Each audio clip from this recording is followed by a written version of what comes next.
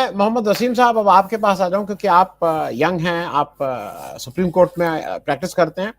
मैं थोड़ा एक चीज आज अपने दर्शकों के लिए आपसे भी समझना चाहूंगा और पूछना चाहूंगा। ये बताइए कि सुप्रीम कोर्ट को जब ये पता है, वो इस तरह का आदेश दे चुका है, तो क्या सुप्रीम कोर्ट की जिम्मेदारी हम लोग नहीं करें? हम लोग पुलिस की जिम्मेदारी मानते हैं, हम लोग नेताओं की जिम्मेदारी कह रहे हैं, हम लोग सुप्रीम कोर्ट की जिम्मेदारी नहीं है कि सुप्रीम कोर्ट इन सबसे ऊपर है?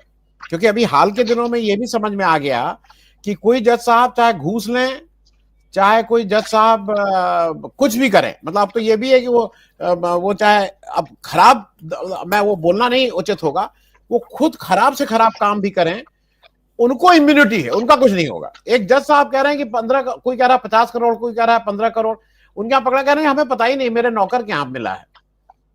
मतलब इस तरह की बातें हो रही हैं। तो अच्छा, दूसरा मैं इस मोहम्मद वसीम साहब एक चीज और समझना चाहूँ, क्योंकि मैं बहुत क्लियर हूं, सुप्रीम कोर्ट का कोई अगर आदेश होता है तो क्या उस पर बात करना कंटेम्प्ट है?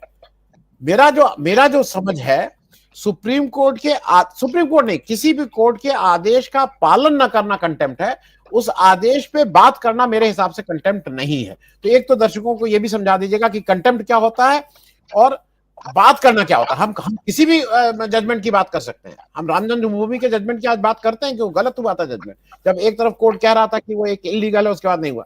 तो क्या ये कंटेम्प्ट है अगर हम कोर्ट पे ये बोल रहे हैं? और दूसरा, सुप्रीम कोर्ट को अगर ये पता है तो सुप्रीम कोर्ट की जिम्मेदारी नहीं बनती है कि क्या कांट वी आस्क दी न्यायपालिका, हम न्यायपालिका से नहीं पूछ सकते कि तुम क्या कर रहे थे भाई, तुम क्यों बैठे हुए हो, फिर तुम घर जाओ? मोहम्मद वसीम साहब जी, आपके दूसरे सवाल का मैं पहले जवाब देता हूं कि क्या सुप्रीम कोर्ट के फैसलों पर बात करना कंटेम्प्ट है या नहीं है।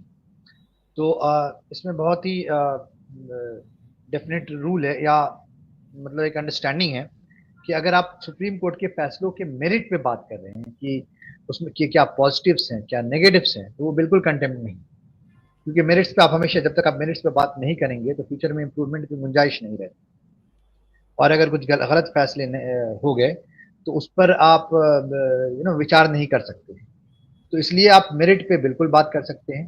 कंटेम्प्ट तब होगा जब आप कुछ बिना प्रूफ के कुछ मोटिव लगाना चालू कर देते हैं कि जरूर इसका मोटिव ये रहा होगा, या किसी जज पर हम बात करना शुरू कर देते हैं। तो जब भी आप मोटिव एट्रीब्यूट करते हैं या किसी जज पे हम बात करना शुरू करते हैं, उसके कैरेक्टर पे बात करना शुरू करते हैं, तब जाकर के वो कंटेम्प्ट होता है। लेकिन उसके मेरिट पे अगर हम बात करें, क्या पॉजिटिव्स हैं, क्या नेगेटिव्स हैं, तो वो बिल्कुल कंटेम्प्ट नहीं है, वो हमेशा बात कर सकते हैं। अब आते हैं कि क्या सुप्रीम कोर्ट की कोई जिम्मेदारी नहीं बनती, या क्या पूरे न्यायपालिका की कोई जिम्मेदारी नहीं बनती। तो मेरा मानना है कि बिल्कुल बनती है, और जितना प्रोएक्टिव होना चाहिए था न्यायपालिका को, उससे काफी कम प्रोएक्टिव रहा है। एक कंसर्न जो बार बार आ रहा है, अभी शिवानंदन साहब ने बात की और सुमन मैम ने भी बात की कि घर गिरा दिए जा रहे हैं, उसका कोई अकाउंटेबिलिटी नहीं है। सुप्रीम कोर्ट का ऑलरेडी एक फैसला आया हुआ है, क्या उसका पालन नहीं करने से कंटेम्प्ट नहीं लागू होगा? तो मैं थ्योरेटिकल लेवल पे बात कर दूं, प्रैक्टिकल लेवल पे तो मैंने पहले ही कह दिया कि लेस देन डिजायरेबल रहा है जो जुडिशरी का बिहेवियर है। लेकिन थ्योरेटिकली जो नवंबर 13 को एक गाइडलाइन इशू हुआ था डेमोलिशन को लेकर के, जस्टिस BR गवी के बेंच द्वारा, तो उसमें साफ साफ कहा गया है कि जितने भी सिविल और पुलिस ऑफिशियल्स हैं, सबकी लिस्ट तैयार होनी चाहिए जो वहां पे डेमोलिशन साइट पे मौजूद हैं। और अगर ये डेमोलिशन कानून के विरोध में हो रहा है या सुप्रीम कोर्ट की गाइडलाइंस के विरोध हो रहा है, तो पहली चीज कि वो कंटेम्प्ट तो होगा ही, प्रोसिक्यूशन होगा कंटेम्प्ट के तहत, पहली बात। और दूसरा कि जो लोग जिम्मेदार हैं इस एक्शन के लिए, उनसे पैसा रिकवर करके घर ही नहीं बनवाया जाएगा, बल्कि जो एक्स्ट्रा डैमेजेस हैं, पीनल रिकवरी है, वो भी की जाएगी। तो ये गाइडलाइंस में ये सारी चीजें मेंशन है। अब चूंकि नवंबर 13 के बाद, जहां तक मुझे ध्यान आ रहा है, ये पहला इंसिडेंट है जो हो रहा है बिना उस गाइडलाइन को फॉलो किए हुए। तो अब ये देखना है कि कितना सुप्रीम कोर्ट या उसके नीचे हाई कोर्ट वगैरह इस चीज को फॉलो करती है, कितना कंटेम्प्ट है, कितना रिकवरी होता है। बात रही है कभी जस्टिस ओक के बेंच की बात है, की जा रही थी। तो लोग ये कह सकते हैं कि भाई जस्टिस ओक की बेंच ने तो अभी बात की, मंडे को कल ही बात की है, तो ये 2021 का मामला है।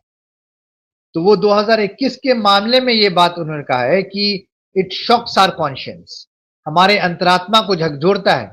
तो ये जो इनका ऑर्डर है वो नवंबर 13 2024 के जो गाइडलाइंस है उसके पहले की बात है।